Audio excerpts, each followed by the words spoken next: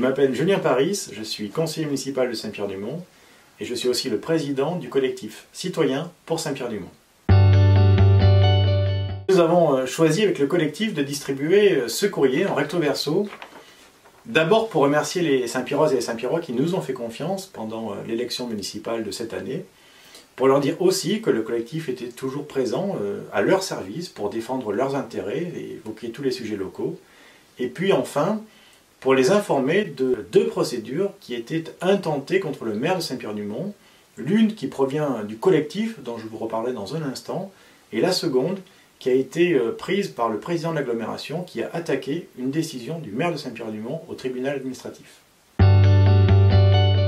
Au lendemain de son élection, le 1er août 2020, le maire de Saint-Pierre-du-Mont a décidé de s'octroyer une maison appartenant à la commune pour en faire sa résidence principale. Cette occupation a finalement entraîné 3 irrégularités majeures. Les deux premières sont liées. Quand une commune loue un bien à un privé, elle doit procéder par convention, ce qu'on appelle aussi un bail. Cette convention doit être votée par le conseil municipal, c'est-à-dire l'ensemble des élus de la commune. Ce contrôle évite les abus.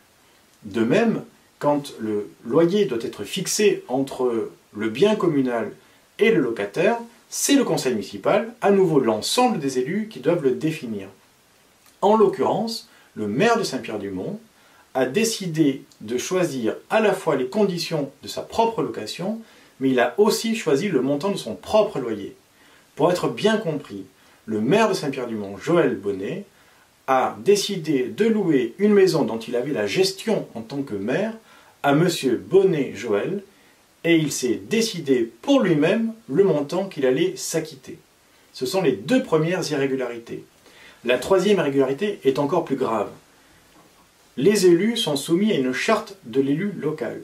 Ce document indique les droits et les devoirs que chaque élu doit accomplir durant son mandat.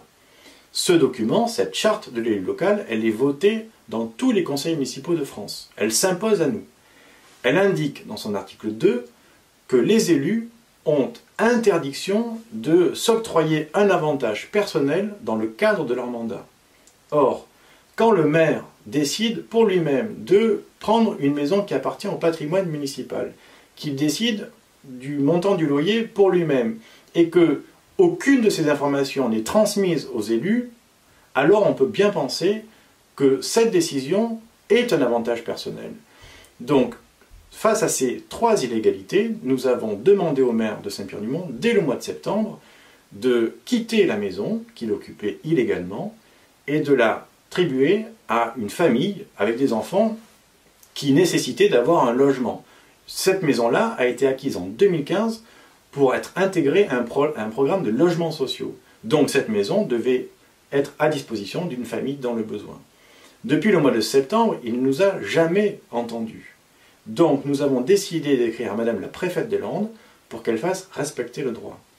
Il se trouve que nous avons reçu sa réponse en date du 17 décembre 2020, le document est là, où elle indique qu'effectivement, face aux illégalités que nous avons relevées, elle a demandé au maire de Saint-Pierre-du-Mont de quitter son logement.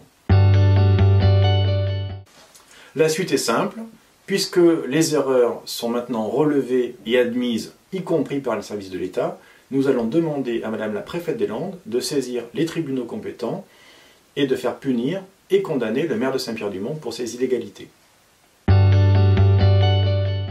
Face à de tels comportements inacceptables, sachez que notre collectif veillera au respect du droit, à ce que les intérêts de la commune et des habitants soient garantis pendant ce mandat.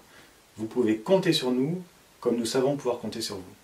Enfin, ce dernier mot pour vous souhaiter à chacune et chacun de très belles fêtes de fin d'année, après une année compliquée, que ces moments conviviaux avec vos familles et vos proches vous apportent le meilleur. À très bientôt.